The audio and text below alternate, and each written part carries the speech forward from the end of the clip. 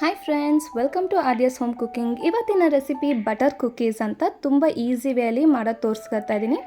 ಈಗ ನೋಡಿ, ಇದಕ್ಕೆ ಒಂದು ಸಣ್ಣ ಕಪ್ಪಷ್ಟು ಬಟರ್ನ ಹಾಕ್ಕೊತಾ ಇದ್ದೀನಿ. ರೂಮ್ ಟೆಂಪ್ರೇಚರ್ ಬಟರ್ ಇದೆ ಮತ್ತು ಅನ್ಸಾಲ್ಟೆಡ್ ಬಟರ್ ಇದು. ಇದನ್ನು ಒಂದು ಸತಿ ಚೆನ್ನಾಗಿ ಮಿಕ್ಸ್ ಮಾಡ್ಕೊಳ್ಳಿ ಒಂದು ವಿಸ್ಕರಿಂದ. ಹೇಗೆ ಅಂದರೆ ಈ ಬಟರ್ ಅನ್ನೋದು ಯೆಲ್ಲೋಯಿಶ್ ಇರುತ್ತೆ, ಚೆನ್ನಾಗಿ ವಿಸ್ ಮಾಡಿಕೊಂಡು ಅದು ಬಿಳಿ ಬಣ್ಣಕ್ಕೆ ತಿರುಗಬೇಕು. ನೆಕ್ಸ್ಟ್ ಇದಕ್ಕೆ ಒಂದು ಅರ್ಧ ಕಪ್ನಷ್ಟು ಸಕ್ಕರೆನ ಇಲ್ಲಿ ಹಾಕೋತಾ ಇದ್ದೀನಿ. ಪುಡಿ ಮಾಡಿರುವಂಥ ಸಕ್ಕರೆ ಸೇರಿಸ್ಕೊತಾ ಇದ್ದೀನಿ. ಇದನ್ನು ಕೂಡ ಚೆನ್ನಾಗಿ ಬೀಟ್ ಮಾಡಿಕೊಂಡು ನೆಕ್ಸ್ಟ್ ಇದಕ್ಕೆ ಒಂದು ಕೋಳಿ ಮೊಟ್ಟೆನ ಹಾಕೋತಾ ಇದ್ದೀನಿ. ಹಾಗೆ ಫ್ಲೇವರ್ಗೋಸ್ಕರ ಇಲ್ಲಿ ಒಂದು ಸ್ವಲ್ಪ ವೆನಿಲಾ ಎಸೆನ್ಸ್ನ ಕೂಡ ಆ್ಯಡ್ ಮಾಡ್ಕೋತಾ ಇದ್ದೀನಿ. ಈಗ ಇದೆಲ್ಲನೂ ಕೂಡ ಚೆನ್ನಾಗಿ ನಾವು ಬೀಟ್ ಮಾಡ್ಕೋತಾ ಇದ್ದೀವಿ. ನೋಡಿ, ಚೆನ್ನಾಗಿ ಒಂದು ಸ್ವಲ್ಪನೂ ಕೂಡ ಗಂಟು ಈ ಥರ ಏನು ಇಲ್ದಿರ ಚೆನ್ನಾಗಿ ಇದನ್ನು ವಿಸ್ ಮಾಡ್ಕೊತಾ ಬರಬೇಕು. ನೋಡಿ, ಇದು ಚೆನ್ನಾಗಿ ಈ ರೀತಿ ಮಿಕ್ಸ್ ಆದಮೇಲೆ ನಾವೀಗ ಇದಕ್ಕೆ ಡ್ರೈ ಇಂಗ್ರೀಡಿಯೆಂಟ್ಸ್ನ ಹಾಕೋಣ. ಡ್ರೈ ಇಂಗ್ರೀಡಿಯೆಂಟ್ಸ್ ಅಂದರೆ ಗೋಧಿ ಅಥವಾ ಮೈದಾ ಹಿಟ್ಟನ್ನು ಕೂಡ ನೀವಿಲ್ಲಿ ಬಳಸ್ಬೋದು. ಇಲ್ಲಿ ನಾನು 1.5 ಕಪ್ನಷ್ಟು ಗೋಧಿ ಹಿಟ್ಟು ಮತ್ತು 1.5 ಕಪ್ನಷ್ಟು ಮೈದಾ ಹಿಟ್ಟನ್ನು ಇಲ್ಲಿ ಹಾಕೋತಾ ಇದ್ದೀನಿ. ನೀವು ಬೇಕಿದ್ರೆ ಬರೀ ಮೈದಾ ಹಿಟ್ಟಲ್ಲಿ ಕೂಡ ಉಪಯೋಗಿಸ್ಬೋದು. ನೆಕ್ಸ್ಟ್ ನಾನಿಲ್ಲಿ ಬೇಕಿಂಗ್ ಪೌಡ್ರ್ ಮತ್ತು ಒಂದು ಸ್ವಲ್ಪ ಉಪ್ಪನ್ನು ಹಾಕೋತಾ ಇದ್ದೀನಿ, ಟೇಸ್ಟ್ಗೋಸ್ಕರ ಅಷ್ಟೇ. ಈಗ ಇದನ್ನೆಲ್ಲನೂ ಚೆನ್ನಾಗಿ ಜಡಿ ಹಿಡ್ಕೊಳ್ಳೋಣ, ಯಾವುದೇ ರೀತಿ ಗಂಟು ಇರಬಾರ್ದು ಅಂತ. ಈಗ ಇದನ್ನೆಲ್ಲನೂ ಒಂದೇ ಸತಿಗೆ ಈ ರೀತಿನ ಹಾಕ್ಕೊಂಡು ಚೆನ್ನಾಗಿ ಮಿಕ್ಸ್ ಮಾಡ್ಕೊತಾ ಬನ್ನಿ. ಮೊದಲು ನಾನಿಲ್ಲಿ ವಿಸ್ಕರಲ್ಲೇ ನೀಟಾಗಿ ಮಿಕ್ಸ್ ಮಾಡ್ಕೊತಾ ಇದ್ದೀನಿ.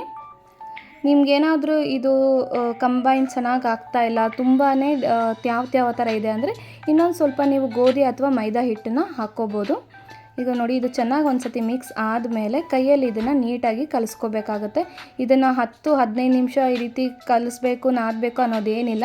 ಒಂದಕ್ಕೊಂದು ಚೆನ್ನಾಗಿ ಕಂಬೈನ್ ಆದರೆ ಸಾಕು. ನೋಡಿ, ಹಿಟ್ಟು ಇಷ್ಟು ಸಾಫ್ಟಾಗಿದ್ದರೆ ಸಾಕು.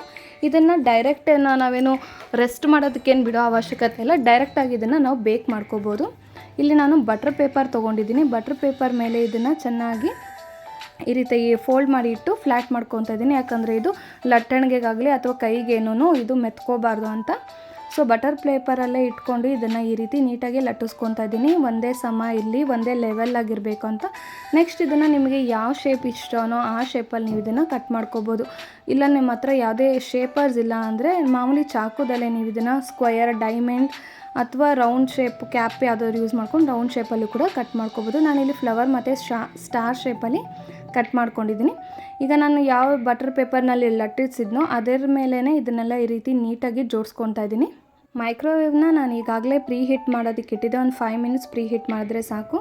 ನೆಕ್ಸ್ಟ್ ಇದನ್ನು ನಾನು ಮೈಕ್ರೋವೇವಲ್ಲಿ ಇಟ್ಟು ಒಂದು 10 ಮಿನಿಟ್ಸ್ ಇದನ್ನು ಬೇಕ್ ಮಾಡ್ಕೊತಾ ಇದ್ದೀನಿ. ಮೀಡಿಯಮ್ ಟು ಹೈ ಇಟ್ಕೊಂಡಿದ್ರೆ ಸಾಕು. ನೋಡಿ, ಈಗ ಒಂದು 10 ಮಿನಿಟ್ಸ್ ಆದಮೇಲೆ ನೀವು ನೋಡ್ಬೋದು ನಮ್ಮ ಬಟರ್ ಕುಕ್ಕೀಸ್ ಎಲ್ಲ ಎಷ್ಟು ನೀಟಾಗಿ ಕುಕ್ ಆಗಿದೆ ಅಂದರೆ ಬೇಕಾಗಿದೆ ಅಂತ. ಇದನ್ನೆಲ್ಲ ನಾನೊಂದು ಪ್ಲೇಟ್ಗೆ ಟ್ರಾನ್ಸ್ಫರ್ ಮಾಡ್ಕೊತಾ ಇದ್ದೀನಿ. ಟೇಸ್ಟಿಯಾಗಿರುತ್ತೆ, ಹೆಲ್ದಿಯಾಗಿರುತ್ತೆ. ನಮ್ಮ ಮನೆಯಲ್ಲಿ ಈ ರೀತಿ ಮಕ್ಕಳಿಗೆ ಮಾಡಿ ಕೊಡ್ಬೋದು ಮತ್ತು ಇದನ್ನು ತುಂಬ ಹೊತ್ತು ಸ್ಟೋರ್ ಕೂಡ ಮಾಡ್ಬೋದು. ಇದೆಲ್ಲ ಫುಲ್ ತಣ್ಣಗಾದಮೇಲೆ ಒಂದು ಏರ್ ಟೈಟ್ ಕಂಟೈನರಲ್ಲಿ ಹಾಕಿ ಮಕ್ಕಳಿಗೆ ಯಾವಾಗ ಬೇಕೋ ಆವಾಗ ಇದನ್ನು ಕೊಡ್ಬೋದು. ಇದು ನೀವು ಕ್ರಿಸ್ಮಸ್ ಅಥವಾ ನ್ಯೂ ಇಯರ್ಗೆ ಕೂಡ ಬೇಕ್ ಮಾಡ್ಕೋಬೋದು, ತುಂಬ ಚೆನ್ನಾಗಿರುತ್ತೆ. ಹಾಗಾದರೆ ಫ್ರೆಂಡ್ಸ್, ನೀವು ಕೂಡ ಇದನ್ನು ಮನೆಯಲ್ಲಿ ಒಂದು ಸತಿ ಟ್ರೈ ಮಾಡಿ ಹೇಗಿತ್ತು ಅಂತ ನನಗೆ ಕಮೆಂಟ್ ಮೂಲಕ ತಿಳಿಸಿ. ವಿಡಿಯೋ ಇಷ್ಟ ಆಗಿದ್ದರೆ ಲೈಕ್ ಮಾಡಿ, ನಿಮ್ಮ ಫ್ರೆಂಡ್ಸ್ ಆ್ಯಂಡ್ ಫ್ಯಾಮಿಲಿ ಮೆಂಬರ್ಸ್ ಜೊತೆ ಶೇರ್ ಮಾಡ್ತಾ ನನ್ನ ಚಾನಲ್ನ ದಯವಿಟ್ಟು ಸಬ್ಸ್ಕ್ರೈಬ್ ಮಾಡಿ ಫ್ರೆಂಡ್ಸ್. Thank you.